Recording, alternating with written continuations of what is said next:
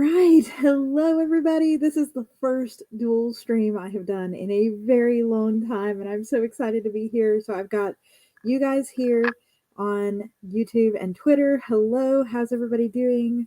And over here we have Instagram. Hello, everybody on the Instagram side.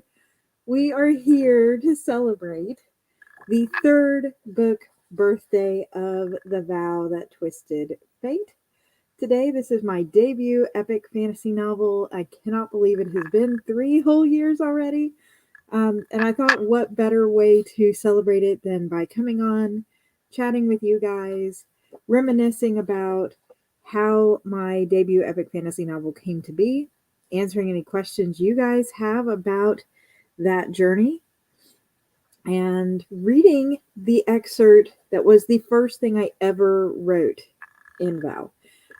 So, yeah, this is sort of my Ask Anything session.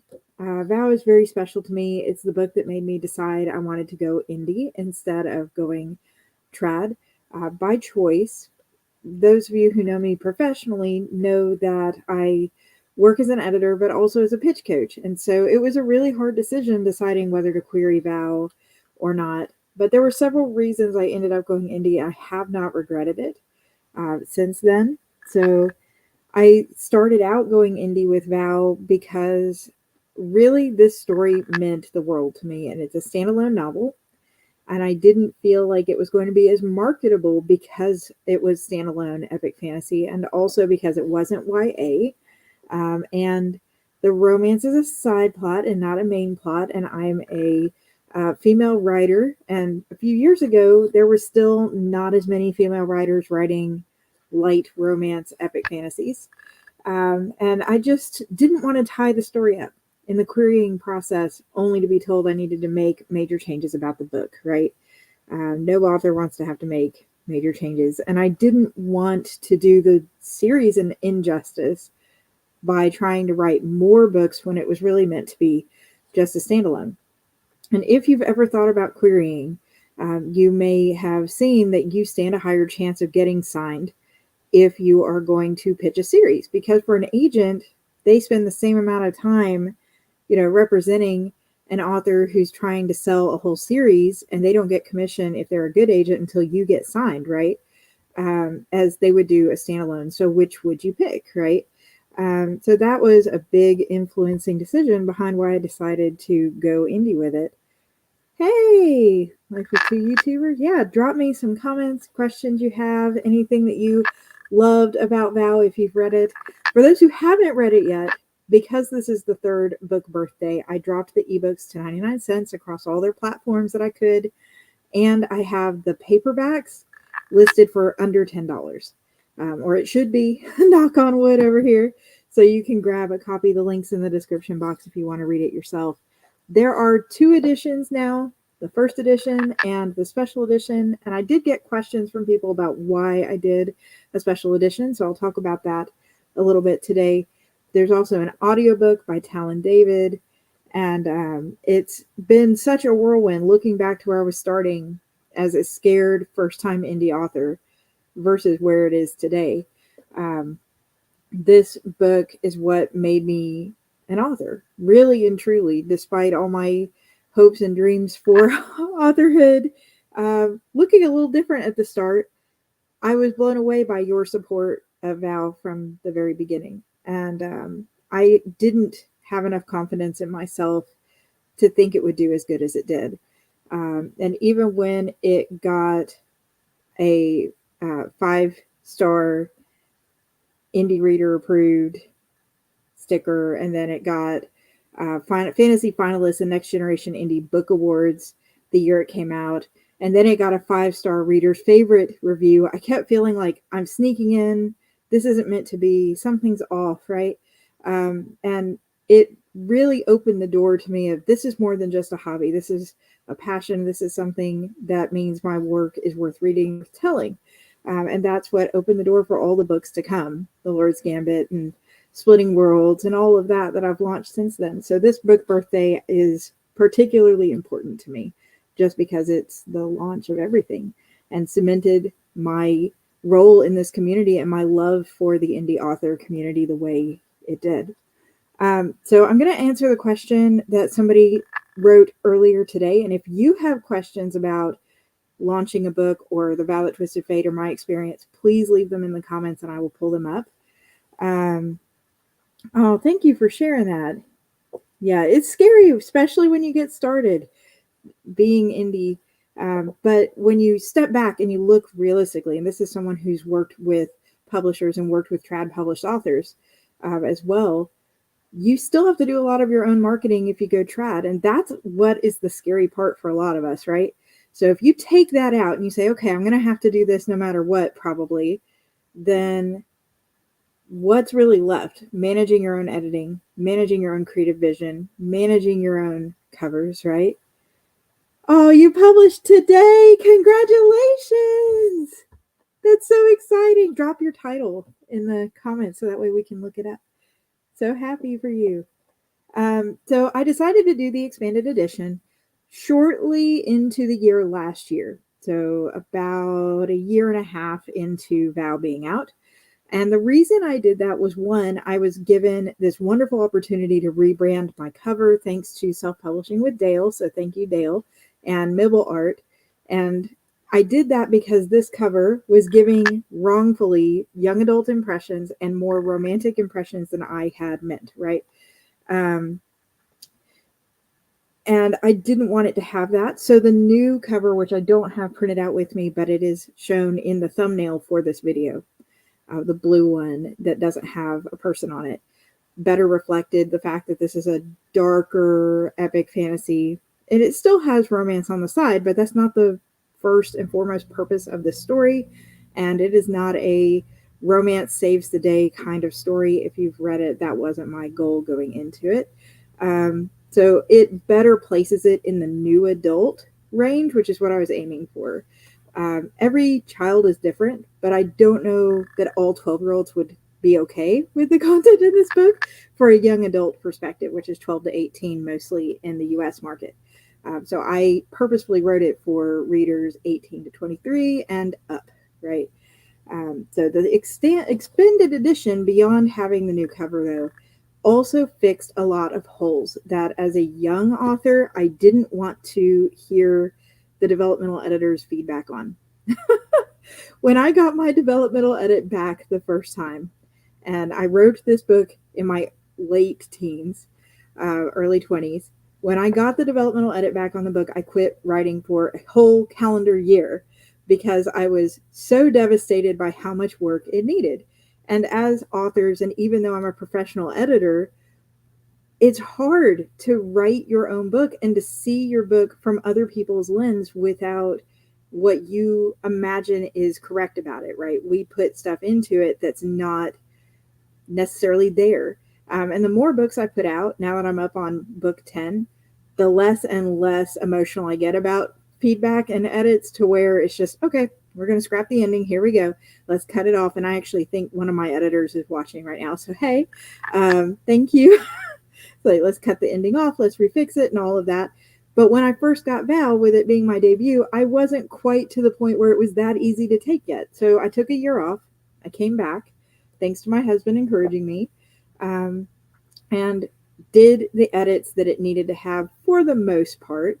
But there were a few things that needed to be stronger, and the flow read like a newer author's flow. There was way more dialogue tags. It had more showing or telling that it needed for showing. There were some darlings that slipped through there, and there were some scenes that I cut out that I loved that I wished I hadn't quite cut out, that really added to the explanation of the magic system of the world. So I decided to release the expanded edition last year. And that came out right after Vow was accepted into SPIFFO 9, the self-published fantasy blog off 9. And I got cut from SPIFFO 9 relatively early on, and Esme posted this wonderful review of Vow that was so thorough and so helpful. And almost every point Esme put in there as something that could be improved is something that I was fixing in the extended edition. And that was so validating to know that as much as I love the first edition, that the changes I made in the extended edition were needed and necessary. Hey, Madam Crystal Butterfly. So the extended edition is also 99 cents today, both the first and the second.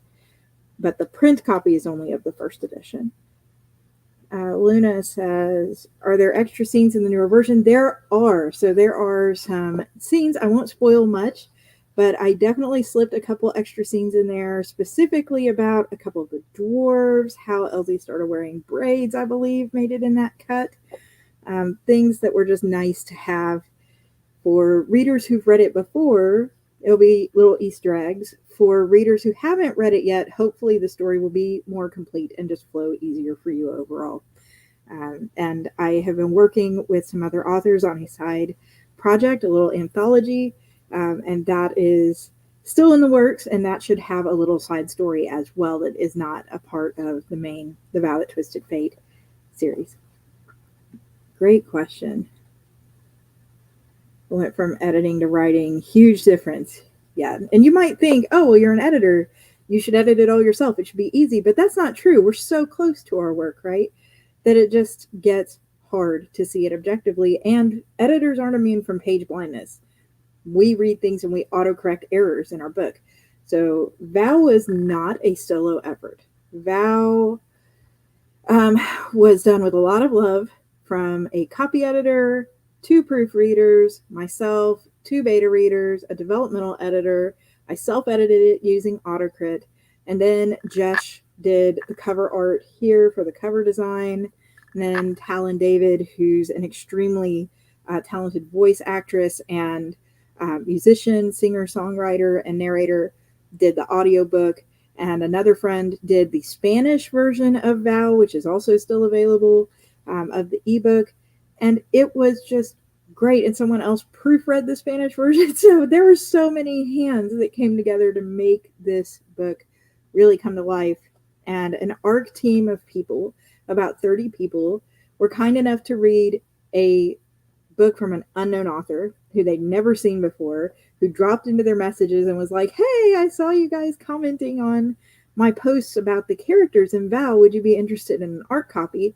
They were kind enough to read them and give honest reviews with their feedback when it launched, and that made a world of difference.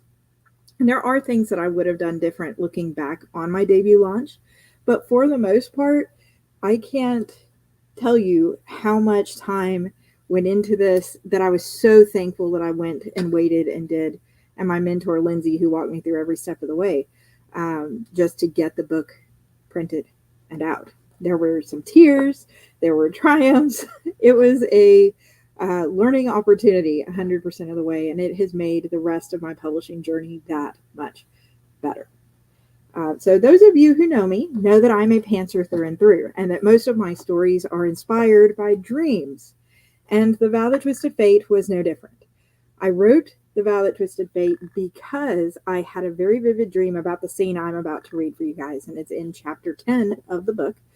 And I had this dream. I saw this scene clearly as like a movie. I woke up the next morning and I thought, no, I can't end here. I have to know what happens to this character, to the other people in this book. And so I started writing and knocked the book out from there. So I am going to go ahead and read. For those who don't know, The Vow That Twisted Fate is about a young, naive human queen in a world where everything evil was banished to a whole different dimension. And for 500 years, her whole life, it's been nothing but innocence, beauty, good in quotation marks on purpose. And then a sorceress who they thought her ancestor had died to banish from the world with all the evil things. A sorceress decides to come back to their world. And so Arlena is the main character, the young queen, and she's has to call a group of legendary dwarves who pledged to destroy the sorceress long time ago with her ancestor forward in time to help her now fulfill that vow. And so she calls these dwarves forward in time 500 years, and they end up facing off against the sorceress. And in the scene I'm going to read tonight, they have arrived in the evil realm, and they are about to be split up, and she's about to come face to face with a sorceress that she has only seen in her ancestors' visions up until this point. What I love the most about this and is that it takes what was the most challenging aspect of this book, which is how a innocent person who's never known war or disagreement or just any kind of hatred like this in her life is going to react to suddenly being in a world where that's all there is.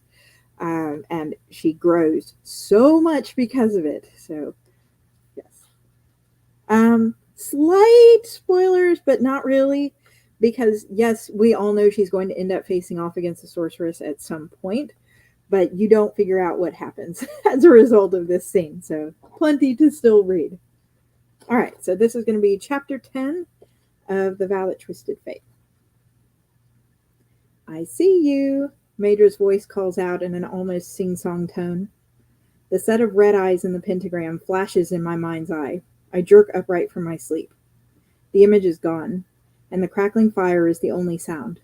The bitter cold pierces through the thin fabric of my tunic like 1,000 needles, despite the meager warmth from the fire. Above me, a small gap between the tarp and the wall lets me see the sky, which is finally visible through the smog. There is no moon, no stars, save for the ones visible inside the purple pentagram. It's the reverse of our sky. I think about the star-filled sky with the purple pentagram back home. Maverick is still awake and sitting by the fire with his back to me. Pushing myself to my feet, I take the tarp from beneath me and wrap it around my shoulders. Maverick watches as I take a seat across from him. The others are sleeping on and around metal beams, some of them snoring. The light of the campfire casts shadows against Maverick's face. I tug the blanket closer around my shoulders, leaning toward the warmth. It's the curse that makes this place so cold, Maverick finally breaks the silence. I notice that he's whittling something. His rough, calloused fingers deftly shave off pieces of the wood almost as smoothly as butter. The flames crackle, casting light up into his face. His eyes are fixed on me, not his work, and his jaw is set tight. A shiver runs down my spine at the anger in his expression. Shadows hide his face again. Is there a reason you hate me so much? I ask. His fingers still, the knife dangling above the woodblock. Snapping twigs in the fire are the only sounds. After a long moment, my hands fall to my sides, grasping the tarp until my knuckles turn white. Is he going to ignore me? I wonder, frustration growing within me. Standing, he circles the fire. Next to me, his face barely visible in the fire. Taking my chin in his hand, he lifts my face till our eyes are level. You are a sheltered, naive child, he whispers. His voice is void of emotion, but his grasp on my chin is too firm for me to look away. You haven't the faintest idea what true suffering is, he says. And my men and I are sworn to you by a vow that costs us everything. My spirit shatters, leveled. My childish words must have cut them to their cores. And while we accept our fate regardless of the cost, he says, voice seething with rage now, you think only of yourself, an elf, and a few humans back home. His words remind me of the disapproval Thalen showed when I shared my concern for my father. The truth in them stings, leaving me speechless and ashamed. We are all only flickers in time, he says. Our few lives are nothing compared to the massacre you would bring on the world. The Dark Queen's wrath is not something to gamble against. He releases me and stands, arms crossed, staring down at me. Shadows hide his face. I bear you no hatred, no bitterness other than that brought up by your ignorance, he says simply, the anger gone from his voice. I simply despise the fact that a petulant child now wears the form of a woman who once saw things so profoundly. I open my mouth to apologize, but close it again. Nothing I say can reconcile this situation. Maverick's opinion of me is too similar to Thalen's. Thalen's mind only changed when Valera spoke through me, I remember. Everything I do so my people can have peace, I remember telling Thalen. Maybe I can explain things to Maverick the same way, to at least let him know I do care about this war. I don't have time to explain, though. An ear-piercing screech grinds into my head, forcing me to my knees with a scream. Maverick falls to his knees, too. The others roll painfully from their beds onto the ground. Some cover their ears, others peer up at the tarp. Maverick crawls to the panel covering the opening, jerking it open to look inside. Over his shoulder, giant birds, larger than people, circle in the air. Molting black and gray feathers rain down from around them. White ruffled tufts around the base of their necks make it look as if they're wearing sweaters. Patches of pink flesh poke through their feathers in places. Their talons, long and jagged, snatch up scoop after scoop of rubble. The birds carry the rubble into the air and then let it plummet back to the ground. "Move!" Maverick orders, grabbing me and forcing me out the door. I take one step outside and a pair of giant talons clamps through my shoulders. I scream, the pain too severe to struggle. The bird snatches me from Maverick's flailing grasp. "No!" Maverick shouts. The world spins, the ground far beneath me. Wind whips hard and fast against my face. I squeeze my eyes shut, but they still sting. The bird drops me only minutes after picking me up. I smash onto a cold, hard floor, rolling down a short flight of stairs. I yelp when I tumble to a stop, my head smashing against the floor. Pain shoots down my neck, shoulders, and back. My vision blurs. Wheezing breaths and groans from my own lungs are all I hear. For a moment, I lie here in the blackness, wondering if I'm dreaming or awake. Then I see her. Floating orbs of dim, violet light hover alongside the dark queen. She makes her way to me through the darkness. Stabbing pain in my chest hinders my breathing. I try to push myself up, but something in my side pops, flattening my back on the floor. An intense, sharp pain growing deep into my side makes it even harder to breathe. Madra snaps her fingers, and an orb appears inches above my face. I freeze in place on the icy floor, shuddering. "Poor thing, you're petrified," Madra smiles down at me. Her words are not unkind, to my surprise. Her smile is sincerely empathetic. "Here, that broken rib must be incredibly painful," she says. "Let me help you." A snap of her fingers brings instant, excruciating pain. The bones in my side pop. The pain lessens in my side, and I'm able to breathe again. I sit up on the floor without trouble. Blood trickles from the wounds in my shoulders, but even those are starting to heal. "You helped me?" I ask, unable to mask my surprise. "Of course." She offers me a hand up, which I gratefully accept. Motioning for me to follow her, she leads me down more stairs to a closed door.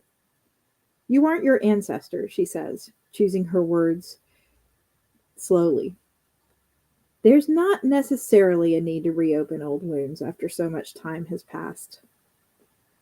"You want peace?" No sooner do the words leave my mouth than we enter a large hall lit by red flames from coal-fueled fires. Cages hang along the walls to either side. All manner of dark, twisted creatures are trapped here. Snakes, imps, and creatures I've never seen. Each bears a bright red rune branded somewhere on its body. I shudder. Something about the dark, haunting eyes following me from the cages convinced me this woman doesn't want anything resembling peace. "Imagine living in this world," she says once we've exited the hall of cages, entering the observation deck.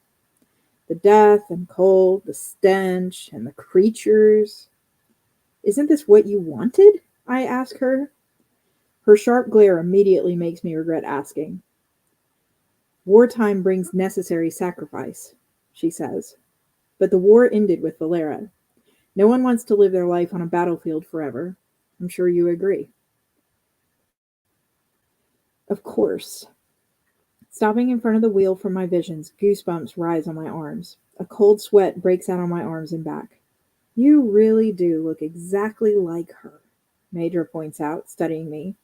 "Even the outfit you're wearing under your armor, it looks just like the one she wore when we dumped her body in the junkyard. Interesting, no?" "I woke up in the junkyard."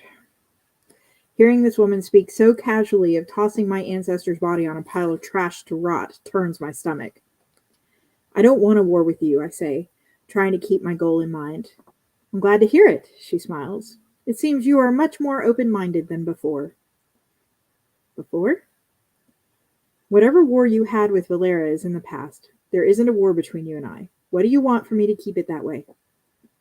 Turning away from me, she gazes out the massive observatory window at the stars. Pressing a finger against her lips, she pauses, deep in thought. I look out at space stretching out before us. From this island, created just for Madra's battle, planets and stars stretch across the horizon. My breath hitches. It's beautiful. The war between Valera and I never truly ended, Madra finally says. Although I'm sure it seems that way to your people.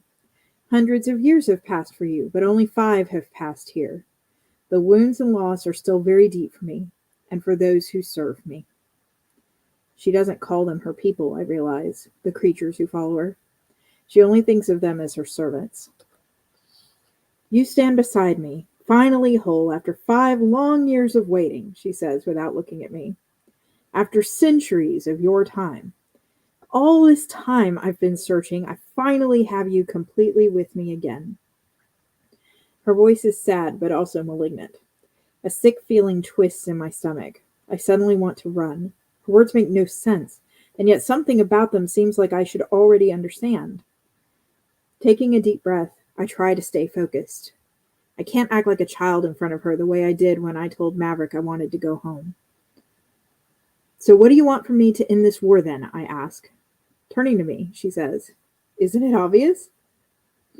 Thinking back to her words in the junkyard, I remember her offer to only take enough power to go home. You want Valera's power? I whisper. No, she corrects me. I want your power. To take this island back home, to return things to the way they were before the war. I imagine machines trampling trees and imps armed with firearms massacring my inexperienced, ill-equipped soldiers. The world has changed too much since the war, I say. It's no place for your machines. For this. I motion to the world of death and destruction beyond the window. True, the outcome of the war caused humanity to regress thousands of years technologically, Major admits. But my expertise in that area will make it easy to bring our people back up quickly. Our people? Of course, I will reign over the majority of the world, she quickly clarifies. But as a nod to your way of life, you will be allowed to keep an honorary title of queen. Honorary. The word escapes my lips as a whisper. Let's not paint things rose-colored, Arlena. Major finally turns to me. I don't even have to let you live. I captured you and brought you here. You've seen this wheel before. I can see from your unease that enough of your memories have returned to tell you what happened here. History can repeat itself. So, it's not peace you want, I whisper. It's victory. I want my birthright, she says, as though her claim should be obvious. As is natural. Reuniting a divided world would to the same plane of existence as things should have always been. She pulls me close to her, whispering in my ear, It's correcting the error you made when you splintered your very soul into 3 dimensions, trying to keep me away from our loved ones. Quit talking about me like I'm Valera! My hands ball into fists at my sides, unable to take any more. Dear innocent child, your memories are not fully returned. You, Arlena, are Valera. Shaking my head, I back away from her. Turning, I bolt to the door. I'm surprised to find it unguarded and easy to open. I run down the hallway and through the door to the other side. But instead of the red room with cages, I find myself in the observatory once again. I can't stop shuddering. My eyes dart around the room, desperately searching for another door. There are no other doors. There's no way out. Major leisurely closes the door behind me. Coming up to me, she wraps her arms around me in a tight hug. It will all make sense, she promises me. Once your memories return, it will just take time.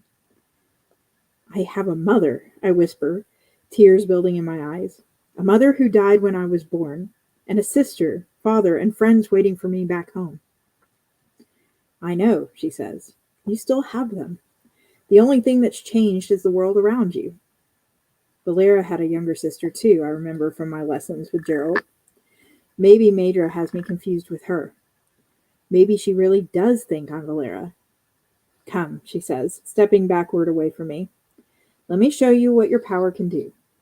She steers me to the ring, her grasp too forceful to fight. Raising both hands, she lifts me off the ground.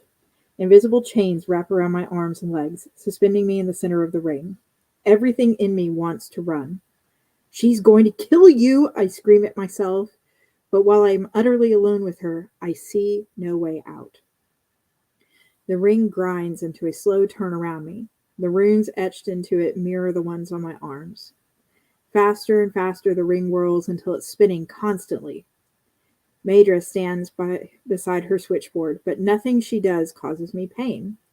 There's only an odd floating sensation.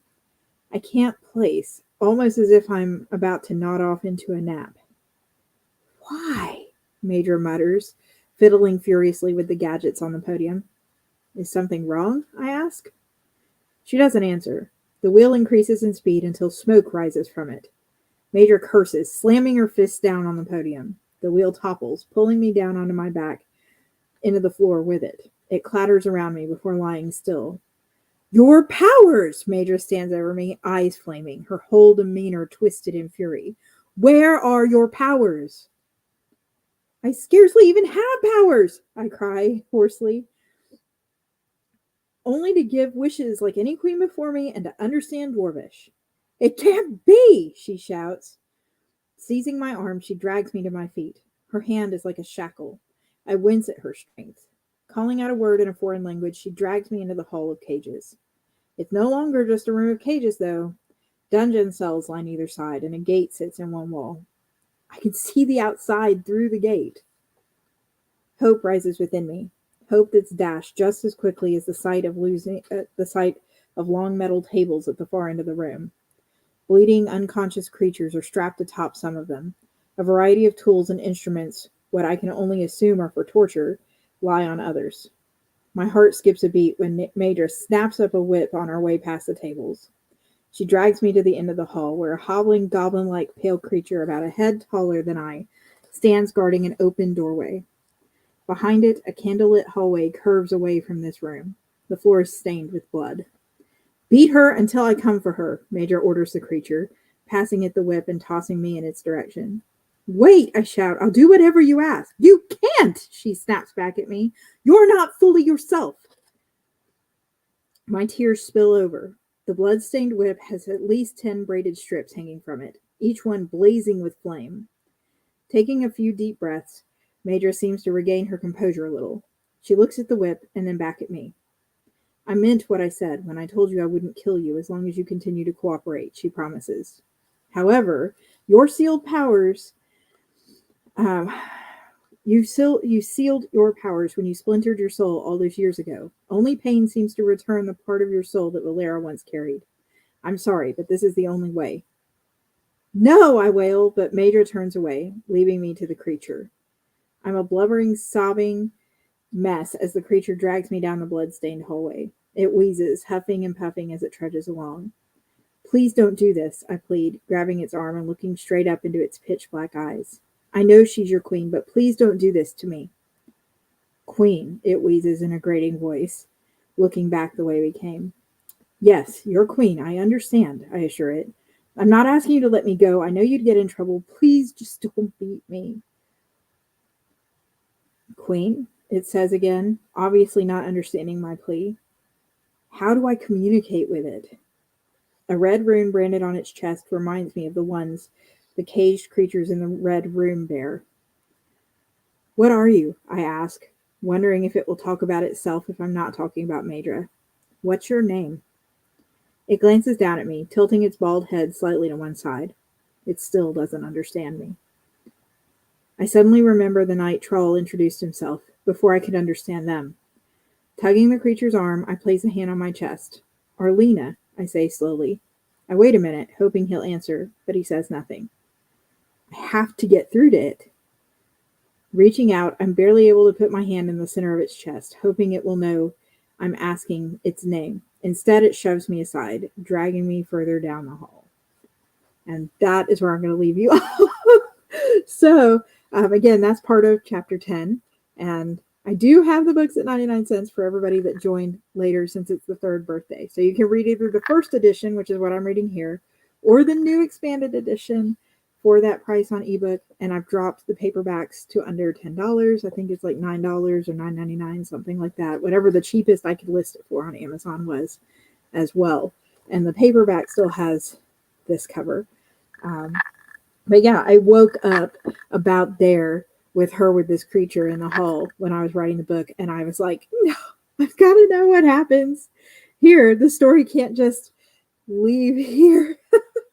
And thus we have the Vow That Twisted Fate today because of that dream about that scene.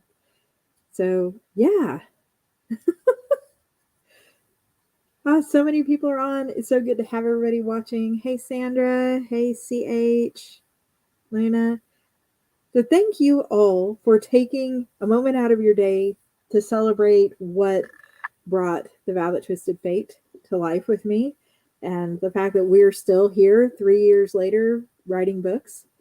If you are thinking about writing a book yourself, or you are already writing and getting ready to publish, I have a whole series on my YouTube channel that's Indie Author Behind the Scenes.